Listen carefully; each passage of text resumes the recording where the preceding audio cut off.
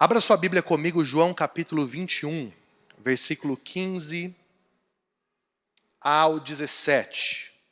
João capítulo 21, versículo 15 ao 17. Hoje eu quero trazer uma palavra para você sobre o fundamento da adoração. Repita assim comigo, o fundamento da adoração. Quero trazer um fundamento para a sua vida de culto hoje. Então, João capítulo 21, versículo 15 ao 17, aquela famosa conversa de Jesus com Pedro ao redor da fogueira. Jesus diz assim: depois de comerem, Jesus perguntou a Simão Pedro: Simão, filho de João, você me ama realmente? Mais do que estes? Disse ele: sim, Senhor, tu sabes que te amo. Disse Jesus: cuide dos meus cordeiros. Novamente Jesus disse: Simão, filho de João, você realmente me ama? Ele respondeu: sim, Senhor, tu sabes que te amo. Disse Jesus: pastorei as minhas ovelhas. Pela terceira vez ele disse: Simão, filho de João, você me ama? Pedro ficou magoado por Jesus lhe ter perguntado pela terceira vez: você me ama? Ele disse: Senhor, tu sabes todas as coisas e tu sabes que te amo. Disse Jesus: cuide das minhas ovelhas. Digo-lhe a verdade, quando você era mais jovem, vestia-se e ia para onde queria. Mas quando for velho, estenderá as mãos e outras pessoas o vestirão e o levarão para onde você não deseja ir. Amém? Feche os seus olhos. Pai, muito obrigado pela chance que nós temos de pregar a Tua palavra. Oramos porque o Senhor nos permite essa janela aberta para a pregação do Evangelho na nossa nação. Obrigado porque o Senhor continua conosco. E nós te pedimos que essa palavra que nós vamos falar hoje possa, de fato, revolucionar, Senhor, o nosso coração e trazer para nós uma nova consciência a respeito do nosso culto. Senhor, cuida de todas as coisas que são nossas enquanto nós estamos aqui, para que não haja nenhum tipo de concorrência no nosso coração com a Tua palavra, e que ela possa ser hoje lâmpada para os nossos pés e luz para os nossos caminhos. Assim nós oramos e te agradecemos em nome de Jesus. Se você concorda comigo, diga amém. Querida igreja, eu quero começar citando uma frase de um autor chamado J.K. Bailey. E ele diz a seguinte frase: você se torna aquilo que você adora. Você pode repetir comigo? Você se torna aquilo que você adora. E quando a gente lê a escritura de Gênesis a Apocalipse, a gente percebe que esse tema adoração, que esse tema culto, ele está presente na maior parte de tudo que a gente lê. A gente percebe que a adoração, ela começa a se estabelecer no cenário da escritura depois da queda. Quando Adão e Eva estão fora do jardim, chega um momento que aparece no texto sagrado uma pessoa chamada Enos. E a Bíblia diz assim, que quando Enos nasce, o nome do Senhor passa a ser invocado. Então, a primeira coisa que eu quero dizer aqui na introdução dessa palavra é que a adoração, ela é algo que acontece na Bíblia fora do Éden. Ela não acontece no Éden. Porque no Éden não há adoração visível. No Éden há um ambiente de relação. O que a Bíblia nos informa é que dentro do jardim, o que acontecia entre Deus e Adão não era uma relação de adoração, era uma relação de afeto. Era uma relação de comunhão. Quando Adão se rebela contra Deus, Adão é expulso do jardim, então esse elemento de adoração, de invocação do nome do Senhor é colocado na trajetória da humanidade. Por que eu estou dizendo isso para vocês? Porque, em suma, a adoração, ela é um clamor que nós temos para retornar ao lugar da comunhão. Então, o culto, ele é uma busca que nós fazemos para que essa comunhão, ela se estabeleça plenamente de novo. Aquilo que o homem tinha dentro do jardim seja reconquistado. E esse é o ambiente de culto que nós encontramos no Antigo Testamento inteiro. É alguém entrando em um lugar santíssimo para se encontrar em um lugar de comunhão e oferecer expiação por toda a nação. É tão interessante isso que quando o homem é posto para fora do jardim, Deus coloca 2 querubins guardando o caminho do jardim. E quando você vê na cortina do tabernáculo, a cortina que separava, o véu que separava o lugar santo do santíssimo, haviam querubins desenhados, e no tampo da arca haviam querubins, sobrepondo as suas asas. Então, você percebe que Deus está mandando uma mensagem simbólica. Nós estamos em um lugar de culto, porque o lugar pleno da comunhão precisa ser restaurado. Quando Jesus morre, acontece algo. O véu do templo é rasgado de cima a baixo. Então o que Deus está dizendo? Os querubins foram removidos, o caminho de volta para a comunhão com Deus está aberto. E aí a gente precisa, então, fazer uma transição do que é adoração na antiga aliança e o que é adoração na nova aliança que nós estamos, que nós fazemos parte, no sangue de Jesus. Porque muitas vezes a gente chega em um ambiente de culto e a gente fica clamando a Deus para que algo aconteça. E o nosso registro de adoração tem a ver com o quê? Tem a ver com experiência. Então a gente chega aqui, a gente levanta as mãos e a gente começa, Deus, manifesta a tua glória. Não é assim que a gente faz? Alguns, né? Tem gente que nem faz nada. Tem gente que fica assim, vamos ver o que vai acontecer.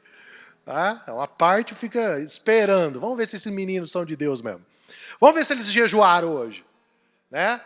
Mas a verdade é que o que a gente entende é que a gente vai chegar aqui e a gente vai entregar aquilo que a gente tem de melhor nessa hora que a gente tem. E aí, como resposta ao que nós estamos fazendo aqui, Deus vai mandar algo. Então, uma nuvem vai descer e, sei lá, o rosto de alguém vai brilhar. A gente vai ter um arrepio. A gente vai sentir algo que a gente nunca sentiu. E aí a gente vai embora e alguém vai falar assim para você, cara, e aí? Você fala, cara, meu Deus, você precisa ir lá. É um barato que você tem que curtir. Se for uma conversa assim de 2 caras que é meio noiado, eles vão dizer, meu, você precisa cheirar aquele lugar, cara. É uma experiência, meu, melhor que qualquer coisa que você já experimentou. E aí a adoração para nós fica muito parecido com o conceito do que acontecia no tabernáculo. Porque a nação inteira está lá, o sumo sacerdote entrou, e aí todo mundo está olhando e dizendo, vamos ver que hora que a nuvem vai descer. Vamos ver que hora que alguma coisa extraordinária. O Moisés subia na montanha, vamos ver como que o Moisés vai descer. Isso é culto. Na antiga aliança, não tinha Jesus na cruz ainda. Eles estavam buscando uma redenção através de animais, através de rituais. Só que quando Jesus vem, ele modifica esse conceito. Você se lembra da conversa de Jesus com a mulher samaritana? Quem aqui se lembra? João capítulo 4. Quando Jesus olha para aquela mulher e diz assim para ela, traz o teu marido. E ela fala, eu não tenho marido. Aí Jesus diz, disseste bem, porque já tiveste 5 maridos, o que você tem agora não é seu. Aí ela diz assim para Jesus, eu vejo que tu és profeta. Então, já que você é um profeta, tira uma dúvida que eu tenho sobre adoração, por favor. Aí ela diz assim, os nossos pais samaritanos nos ensinaram que é aqui, em Samaria, que nós devemos adorar a Deus. Mas os judeus dizem que a gente tem que adorar a Deus em Jerusalém. Qual que é o lugar certo de adorar a Deus? E aí Jesus diz assim, olha, não tem lugar certo de adorar a Deus. Porque o lugar foi importante antes de mim, porque agora não é o lugar, agora não é sobre um endereço, não é sobre uma estrutura, agora é sobre uma adoração em espírito e em verdade que recompõe a comunhão perdida. E aqui reside o assunto que eu quero tratar com você hoje à noite.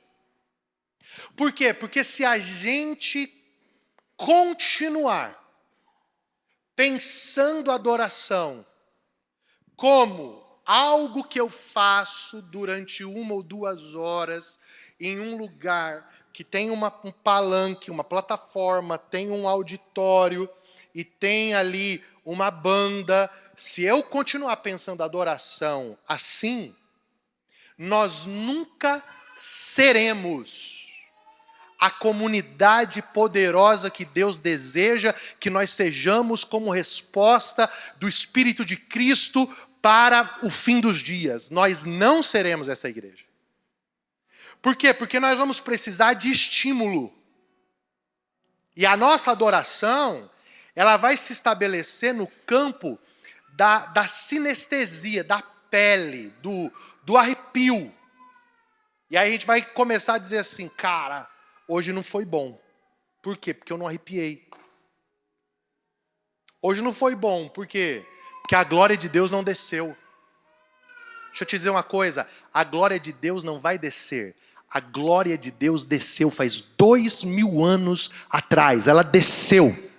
Ela veio. O Verbo se fez carne. E depois o Espírito desceu no Pentecostes. Ele já está aqui. Ele já foi derramado. Ele nos foi dado. Faz sentido para você isso? E aí, se a gente não fizer esse transporte, a gente vai recuperar toda aquela estrutura de culto da antiga aliança. E aí precisa do quê? Primeiro elemento. Precisa de um sumo sacerdote. Então, no caso, quem é o sumo sacerdote? 1,90 m. Titi. Aqui, ó, o sumo sacerdote. E aí todo mundo quer o quê? Cara, eu não preciso, deixa que o sumo sacerdote vai resolver. Não, se o sumo sacerdote ora. Você não viu lá que o sumo sacerdote prega lá para a igreja perseguida? Você não viu que o sumo sacerdote jejua? Você não viu que deixa o sumo sacerdote se resolver com Deus e depois nós só desfrutamos. Aí o que a gente vai recuperar também? A gente vai recuperar a estrutura. E aí vamos recuperar o seguinte, isso aqui é um altar. Não sobe aqui desconcertado que você morre. E aqui é o templo. Deixa eu te explicar uma coisa, aqui não é templo, aqui é um salão. E quando ficar pequeno a gente muda daqui e vai para um maior.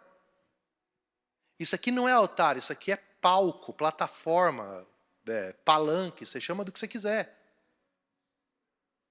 Porque na antiga aliança tinha um véu aqui, ó, que separava esse lugar daí. Agora na nova aliança, o altar não é aqui. O altar é aqui, ó. E a gente tem um grande problema agora. Por quê? Porque a responsabilidade agora não é mais do sumo sacerdote. Agora, todos somos sacerdotes. Chacoalha quem está do teu lado aí e fala assim, sacerdote, sacerdotisa, você tem um altar para zelar agora. E agora? Ai. Não é mais centrado em um homem, é centrado em Cristo. Mudou a ordem, não é mais Arão, é Melquisedeque. Agora é Cristo. Um reino sacerdotal. E o templo? O templo é isso aqui? Inclusive eu vou te chocar absurdamente essa noite. Deus nunca mandou ninguém construir um templo. Deus mandou construir tabernáculo. Deus nunca disse, pode ler a Bíblia. A Bíblia tem 66 livros, nós estamos lendo. Você vai chegar lá, quando Davi tem um sentimento tão bom, ele fala assim, eu estou aqui no meu palácio e a arca de Deus está debaixo de cabanas. Eu vou construir um templo. Deus mandou ou Davi quis? Davi quis. Deus concedeu, mas na inauguração, Deus falou assim, eu não habito em templos feitos por mãos humanas. Não habito. E agora eu vou te chocar mais ainda. No jardim do Éden, tinha templo? Tinha. Na Nova Jerusalém, tem templo? Não tem. Está escrito, a cidade não tem templo. E agora? Porque Deus nunca mandou fazer templo, Deus mandou fazer tabernáculo. Pastor, qual que é a diferença do templo para o tabernáculo? O templo é fixo. Quem quiser cultuar, venha aqui. E de preferência que seja quem a gente gosta. De preferência que seja judeu. De preferência que gentil nenhum entre aqui. Aqueles persas, aqueles medos, aqueles citras, aqueles gregos, deixa esse pessoal não, deixa eles fora. Aqui é só gente igual a gente. Tabernáculo não, tabernáculo é móvel. Andou, desarmou, parou, arma. Sabe o que Deus está dizendo? A minha glória não é o ativo de um lugar. A minha glória, ela precisa cobrir toda a terra. E como que a minha glória vai cobrir toda a terra? Quando os tabernáculos caminharem pela terra. Então, toda a terra se encherá do conhecimento da glória de Deus, como as águas cobrem o mar. Então, a glória de Deus não tem um endereço, a glória de Deus se move. Você está entendendo isso? A glória de Deus se move em quem? Se move na igreja. E a igreja não é isso aqui. A igreja somos nós. A igreja é a comunidade. A igreja é o ajuntamento daqueles que ressuscitaram com Cristo. Aí está a igreja. Aí está a igreja, porque, por exemplo, sexta-feira eu vou pregar para uma nação que é perseguida. Onde é o endereço daquela igreja? Não tem, porque não pode ter. Mas tem uma igreja lá ou não tem? Tem um tabernáculo lá ou não tem? Tem sacerdotes lá ou não tem? Porque nós estamos na nova aliança.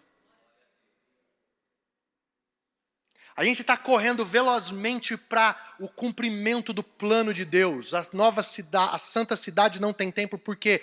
Diz João, porque Jesus é o tabernáculo.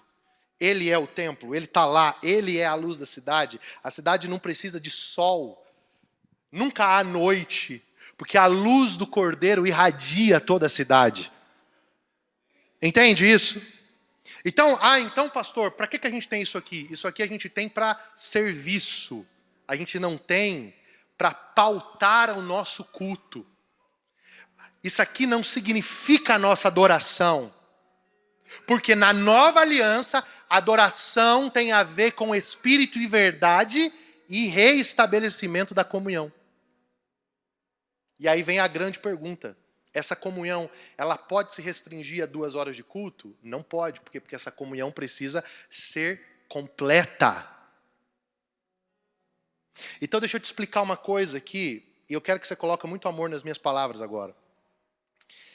Eu tenho muito afeto e compaixão pelos ministros de música da igreja. Porque muitas vezes eu vejo eles aqui, ou eu os vejo, para falar bem bonito, aqui, e eles estão assim, levante suas mãos. Fale alguma coisa para Jesus. Descruza esse braço. Faz alguma coisa aí, tal. E você sabe por que a gente tem isso? Porque nós não entendemos que esse momento aqui, ele não é um momento para a gente se reunir esperando algo de cima. Esse é um momento para a gente se reunir desfrutando do que está ao nosso redor. É a comunhão restaurada comigo, celebrada no nós. Então eu chego aqui, cara, Emanuel, vem cá. Cara, que bom, cara, estava orando essa semana, você não tem noção do que Jesus me falou. Não, pastor, isso é muito de Deus, porque Jesus falou comigo também. E aí não tem a necessidade de ninguém ficar, levanta a tua mão, faz alguma coisa. Por quê? Porque a gente já vem de um lugar, porque é em espírito e em verdade. A comunhão está restaurada, o culto não é aqui, o culto é lá em casa quando acorda, o culto é de madrugada, o culto é ao redor da mesa, o culto é quando você vai dormir. O culto, ele está acontecendo na vida, é vida no culto, vida na vida, culto na vida, vida no culto, culto fora, culto dentro, culto na cama, culto na mesa, culto no guarda-roupa, culto em qualquer lugar. Você chega na padaria para tomar um café, o cara fala, Pai do Senhor. A gente foi no box treinar essa semana, eu falei, gente, aqui tem que fazer um culto, que tem uns 50 crentes aqui. Entendeu? Por quê? Porque o que acontece? O culto está na vida. E aí quando a gente chega aqui, o primeiro acorde que o músico dá, a gente já fala, uau. Deus, eu te agradeço, porque a nossa comunhão foi restaurada. Deus, eu te agradeço que não tem mais véu, que também não tem mais sumo sacerdote, e que eu posso ir à sua presença. Eu não dependo da mão de um homem na minha cabeça, eu não dependo de mais nada, eu não dependo de um dia na semana, eu não dependo de um clero, eu não dependo de mais nada disso. Eu posso entrar, fechar a porta do meu quarto, e o Pai que me vê em secreto, Ele me recompensará. O caminho está aberto, o véu foi rasgado, Cristo é meu, eu sou de Cristo, eu sou do meu amado e Ele é meu, sem nenhum tipo de mediação, aleluia! Isso é comunhão. Isso é o que a gente celebra. Agora, por que a gente tem tanta dificuldade de acessar isso? Por uma razão. Porque o fundamento da adoração, eu quero que você guarde isso. O fundamento da adoração não tem a ver com liturgia. O fundamento da adoração tem a ver com afeto. A adoração, ela não acontece por conta da música.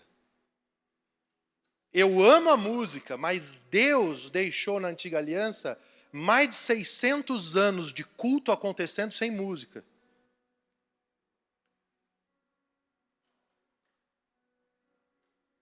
Depois que Davi colocou música, não tinha música. Não tinha fundinho musical. E é bom. É top. Mas não tinha nada disso. Tinha o quê? Tinha alguém levando um sacrifício. E é por isso que eu quero hoje falar só uma coisa para vocês.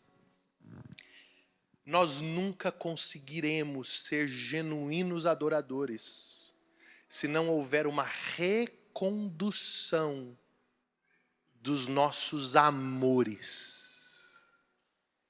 se não houver uma conversão de afetos,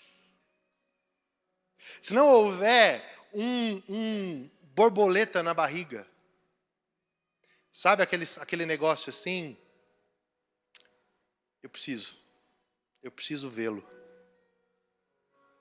Eu sei que muitos de vocês já sentiram isso. Eu, às vezes, cara, dá um estalo na madrugada assim, do nada. Eu abro o olho. Aí eu falo, meu Deus, o que aconteceu? Aí eu pego o relógio, 3 horas da manhã. Eu falo, aí começa, cara. Aí o meu coração de Adão, faz o quê? Tenho que treinar 6 horas, preciso dormir. Melatonina, vou perder melatonina. Aí o negócio vai zicar. Como é que cresce desse jeito, Flávio? Você não dorme. Aí eu viro pro lado. Só que aí começa aquele negócio que você conhece. Quem conhece, conhece. Quem não conhece, não adianta, não vai entender. Mas quem conhece, conhece. Sabe quando começa a rolar um carinho na tua alma? Assim, ó. No teu espírito, começa a mexer algo dentro de você. E aí não adianta, irmão. Ou tu levanta e vai, ou tu perde a noite. E quando você vai, é a melhor decisão que você toma. Porque você não é arrastado pela sua razão. Você não é arrastado para a oração pelo seu desejo. Você é arrastado pelos seus afetos.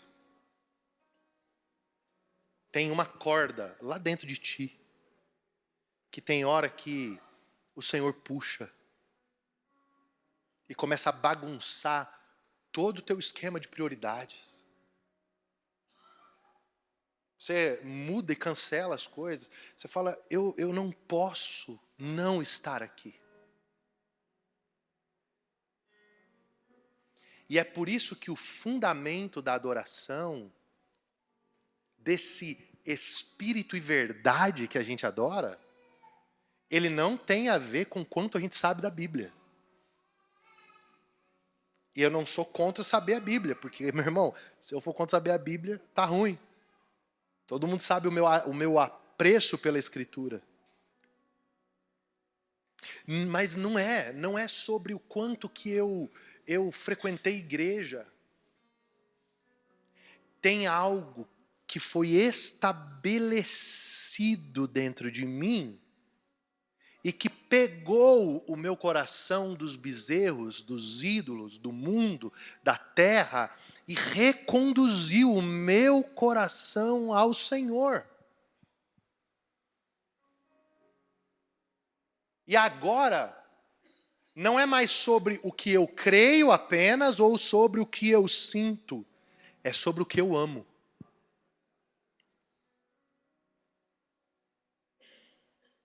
Antes de fazer as aplicações, eu quero lembrar você de um evento. Jesus está na casa de um homem chamado Simão, um fariseu. Um cara que conhecia toda a lei. Ele estava jantando com Jesus. E de repente entra uma mulher, sabidamente, de uma vida terrível, uma vida promíscua. E o Evangelho diz que ela entra e ela se lança aos pés de Jesus. E ela faz uma atitude, escute bem isso, que não é uma atitude racional, não é uma atitude pensada, ela é uma atitude visceral. Sai daqui, ó.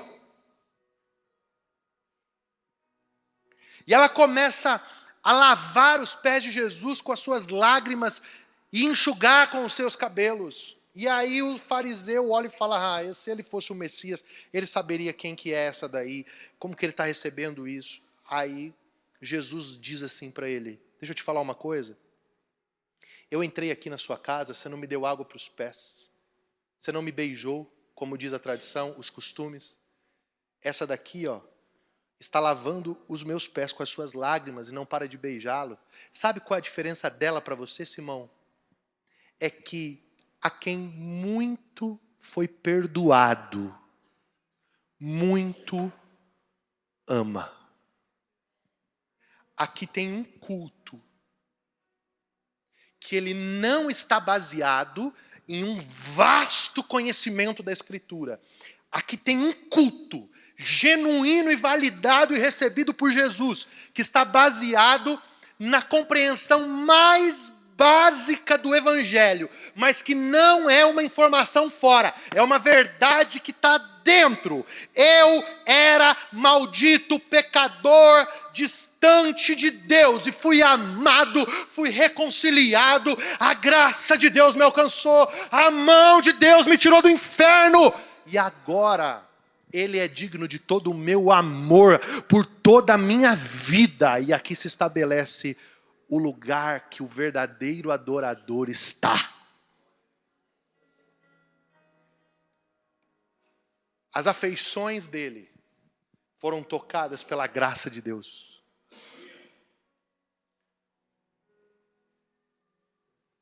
Eu ouvia um trecho da pregação do pastor Rude de domingo à noite lá no Paraguai, ontem.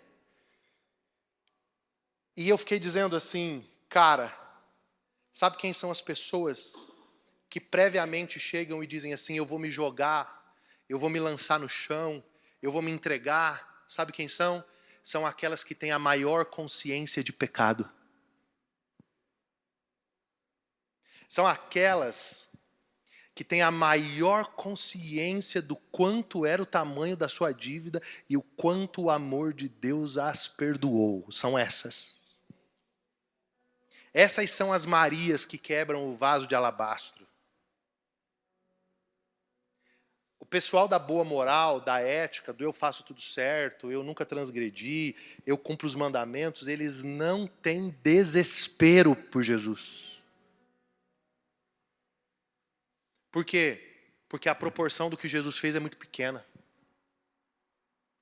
Porque muitas vezes nós estamos esperando que Ele faça mais, é aquela dívida eterna, impagável.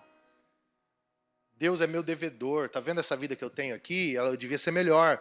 Por quê? Porque Deus não está olhando para mim. Eu estou nesse culto aqui, inclusive, e pago o meu dízimo. A palavra é pago, que o pessoal usa. E eu já paguei o meu dízimo porque eu estou esperando a restituição, igual no imposto de renda. Entendeu? E eu também já dei o meu serviço voluntário. E agora esse Deus está numa situação difícil, que Ele vai ter que me ajudar. Deus não está em situação difícil. Quem está em situação difícil é você, que ainda não compreendeu o Evangelho da graça de Deus. Agora, quem sabe,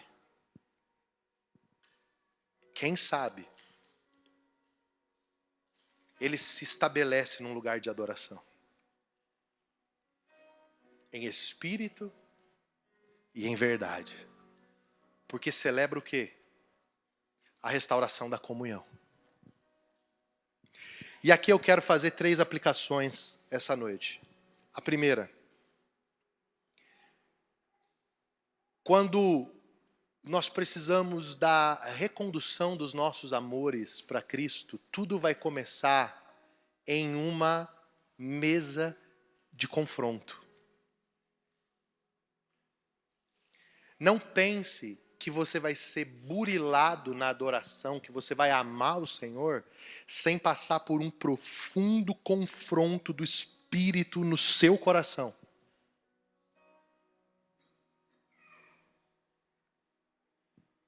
Quando Jesus senta com Pedro, a primeira coisa que Jesus diz para Pedro é: Pedro,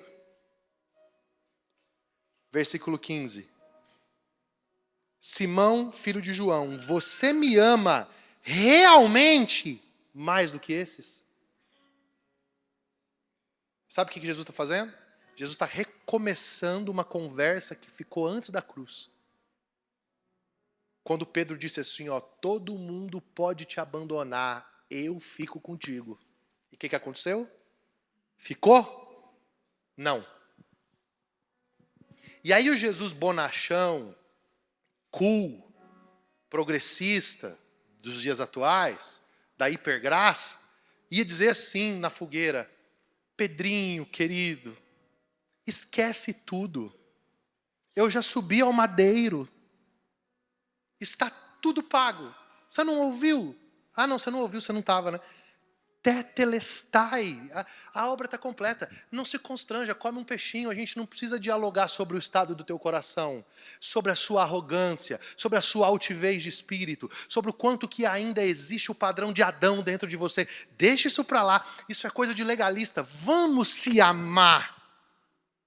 É assim?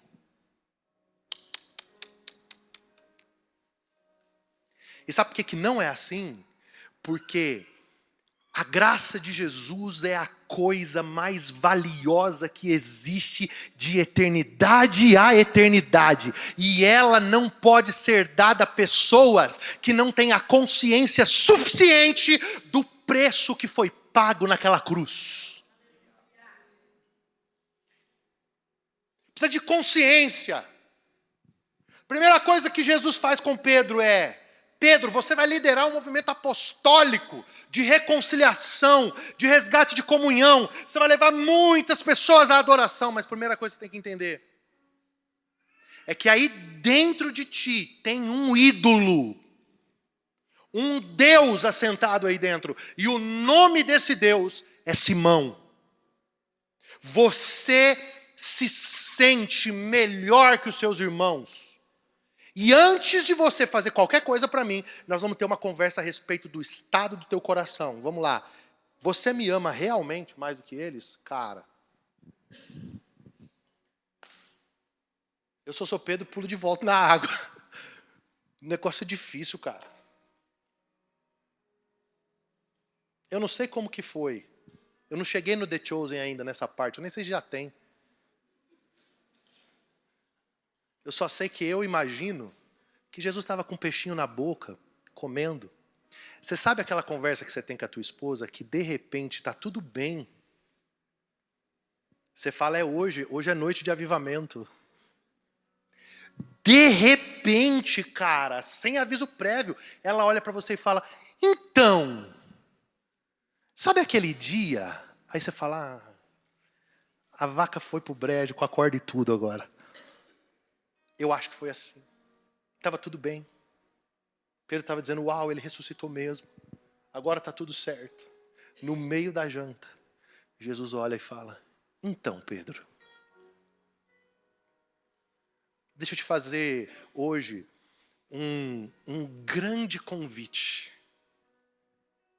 Se aproxima da mesa de Jesus, porque você precisa desse então. É o que você mais precisa. É o que eu mais preciso. A gente precisa ouvir de Jesus assim, então, Tiago.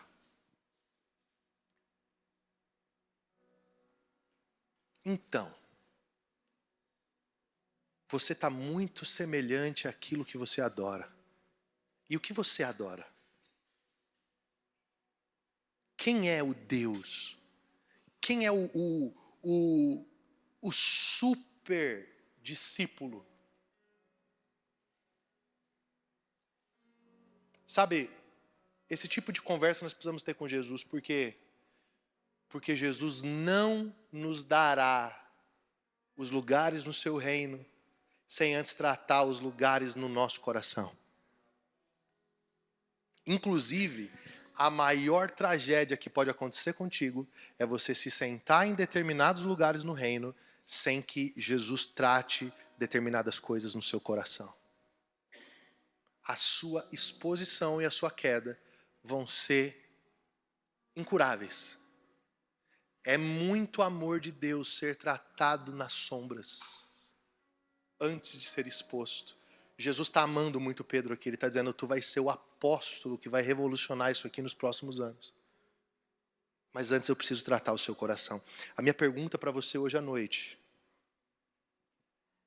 Quem é o objeto mais profundo das suas afeições?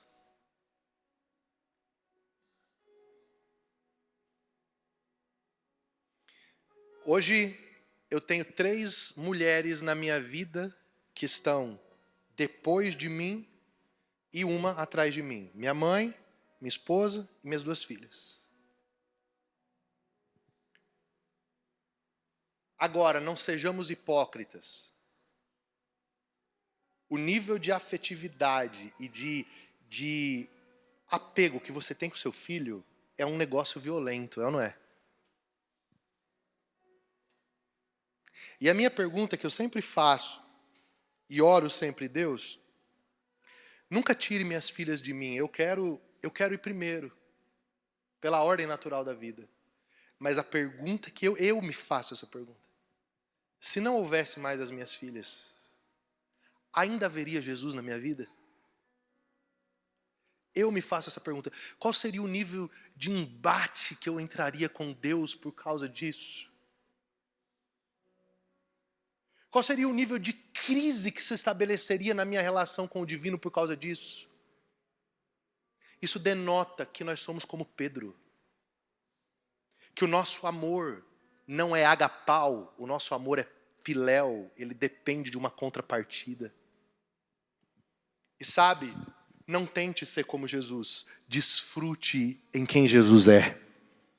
Essa é a boa notícia do Evangelho. Não tente ser como Jesus, só desfrute de quem Ele é. Olhe para dentro do seu coração, reflita sobre esses lugares que estão ocupados. Quem é a pessoa mais importante da minha vida? Então essa conversa ela é inevitável. E a última coisa que eu quero falar para você nessa noite. Por que essa conversa é inevitável? Porque se Deus não tem o nosso amor, Deus não quer a nossa liturgia.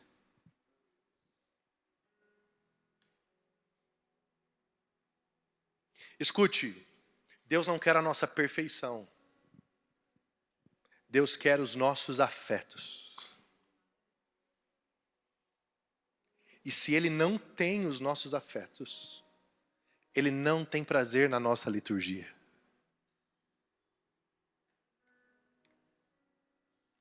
É por isso que Ele está tratando Pedro. É por isso que um dos textos que mais me chocam, e ainda hoje de tarde eu estava relendo esse texto, isso mexe muito comigo. Quando Paulo, em 2 Timóteo 4,10, diz assim: pois Demas, amando mais esse mundo, abandonou-me e foi para Tessalônica.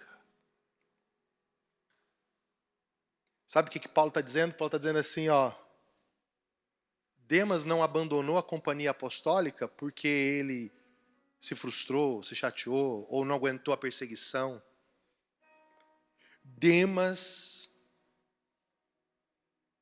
foi, na linguagem da harpa cristã, foi seduzido pelos passarinhos e pelas belas flores.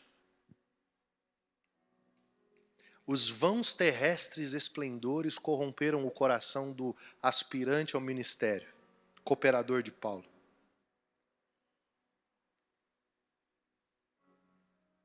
Isso arrancou Demas do lugar de plena devoção a Deus, afeto e compaixão, amor a Deus. Nossos amores explicam nossas decisões no passado. A maior parte das decisões que você tomou na sua vida até hoje, elas não foram racionais. Elas foram decisões afetivas. Eu já estive em mesas aconselhando casais, a mulher com o olho roxo. Aí você olha para ela e fala assim, por que você não denuncia que você está sendo espancada? Você não toma uma atitude, o que ela responde? Pastor, é porque eu amo. Síndrome de Estocolmo. A vítima se apaixona por aquele que a sequestra, a abusa. Não é uma decisão racional, é uma decisão afetiva. Quem nunca entrou numa loja, viu aquela coisa que não precisava e viu o limitezão do cartão, ó, e vral. E foi uma decisão o quê? Foi racional aquilo? Depois você foi chorar. Depois, quando chegou a potestade chamada boleto que vence, E depois que ela vence, meu irmão, ela reina. Traz uns demônios junto. Juros, mora, multa. E tem o demônio do abismo. Juro sobre juro. Esse é diabólico. Aí o que acontece? Aí não foi. Cara, não foi. Foi emocional. Aquela conversa no WhatsApp não foi racional, foi emocional. Entende? Então por quê? Porque os nossos amores explicam as nossas decisões no passado. Governam as nossas escolhas no presente. Você vai escolhendo porque ama. Você vai sendo enredado pelo teu amor, pelas tuas afeições. Por isso que tem relacionamentos que tem relacionamentos que são tão difíceis de sair. Em qualquer nível. Por quê? Porque envolve afeto.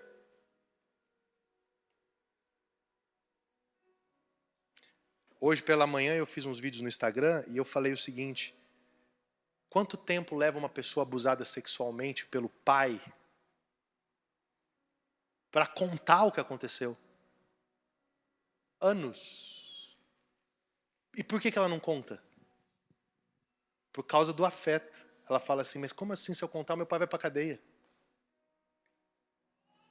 E aí ela absorve a culpa, ela fala, é culpa minha. Por causa dos afetos. E o que os nossos afetos fazem? Eles profetizam quem nós vamos ser no futuro. Aquilo que você ama prega a todo momento o que você vai se tornar. Então, se você ama o dinheiro, você se tornará um escravo de Mamon. Se você ama o prazer, você vai se tornar um escravo dos seus impulsos. E se você ama a Cristo, você vai se tornar de glória em glória alguém mais parecido com Ele.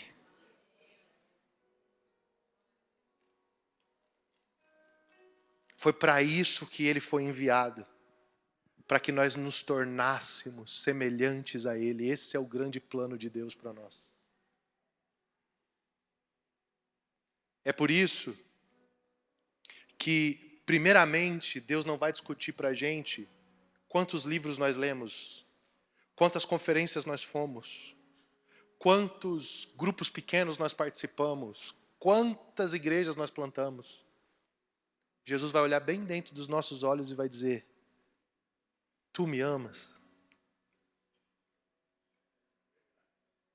E eu termino fazendo vocês pensarem em algo. Que tipo de amor é esse que envolve o martírio?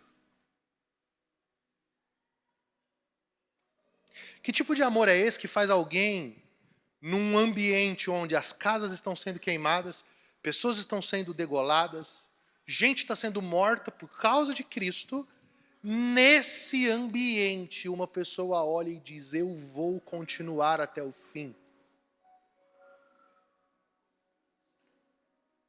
É porque os afetos dessa pessoa foram transportados da terra.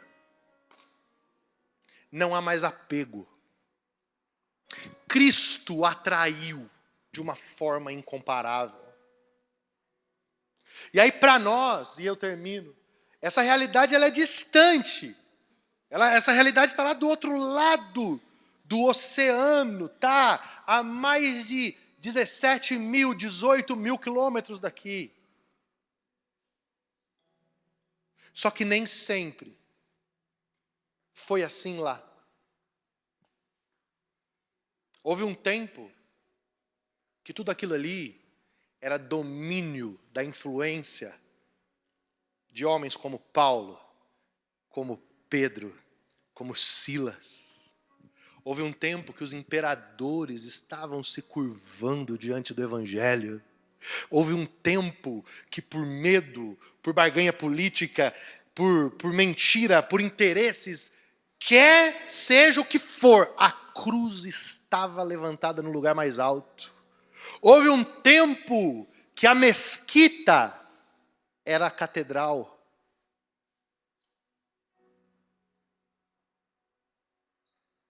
Houve um tempo. O que aconteceu?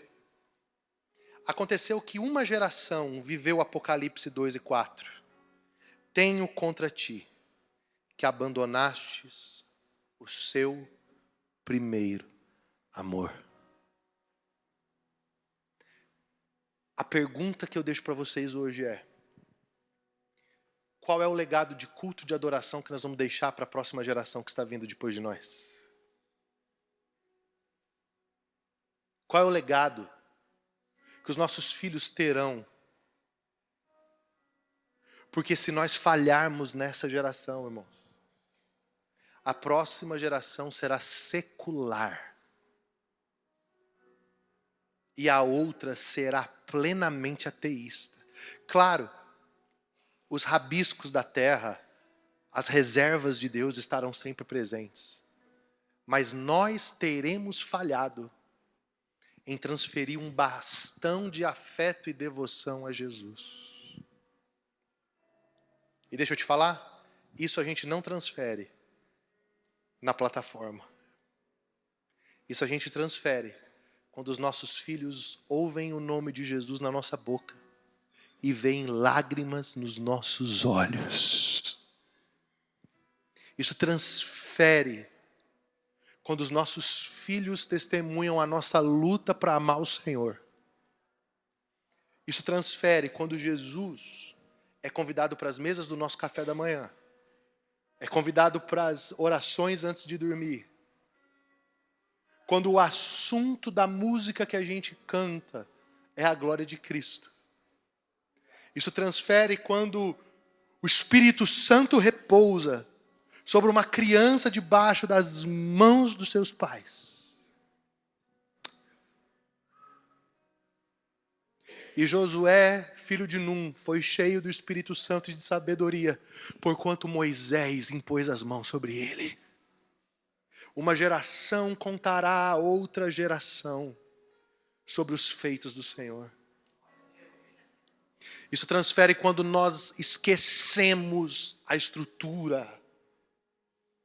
Isso transfere quando a gente abandona o desejo por esse lugar aqui. Isso acontece quando a gente esquece dos ritos religiosos. E aí, reverendo, meu chefe, meu líder, quando a gente esquece disso.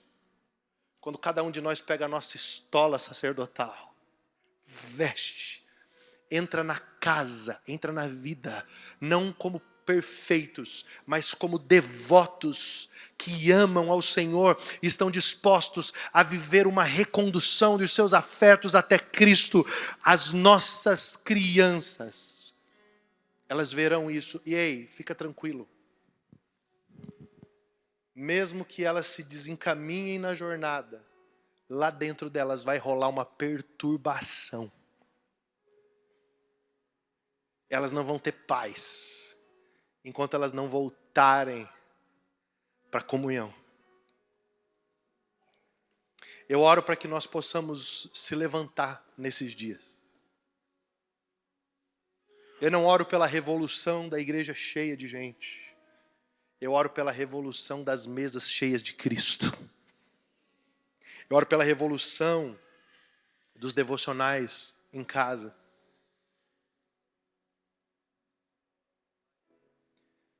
Esses dias eu estava bem mal, sem voz, muito cansado. Peguei uma gripe muito forte, estava deitado na cama. De repente a Júlia entrou em casa no quarto e ela nunca fez isso. Ela entrou, pegou pela minha mão, me levantou, falou: vamos lá para a sala que nós estamos precisando orar. Eu olhei e falei: vamos? Falou: vovó, mamãe, Lelê, todo mundo aqui que vai começar a oração. Meu violão estava do lado, eu peguei o violão. Falei, e aí, a gente canta o quê? Ela, começa com aquela sublime graça, desse jeito. Eu peguei, sublime graça. Meu irmão, e aí ela começou a orar. Ela levantou a voz, 6 aninhos, ela levantou a voz e disse assim, Deus, essa minha casa aqui, ela está segura nas tuas mãos. E eu não quero ver meu pai na cama e ninguém aqui doente. Então o Senhor pode mandar o seu fogo, desse jeito, aqui na sala, que a gente quer a tua presença. Meu irmão, quando ela falou isso, cara, eu falei, não é essa criança não, que eu sei quem ela é. Jesus está falando comigo. Ela não tem esse linguajar aí. O negócio dela é Maria Clara e JP. Eu tô ligado quem que tá falando aí. Meu irmão, eu catei aquele violão e já mudei na hora, já comecei. Que ruja o leão e que a terra... gente, fora de brincadeira. Foi 1 hora.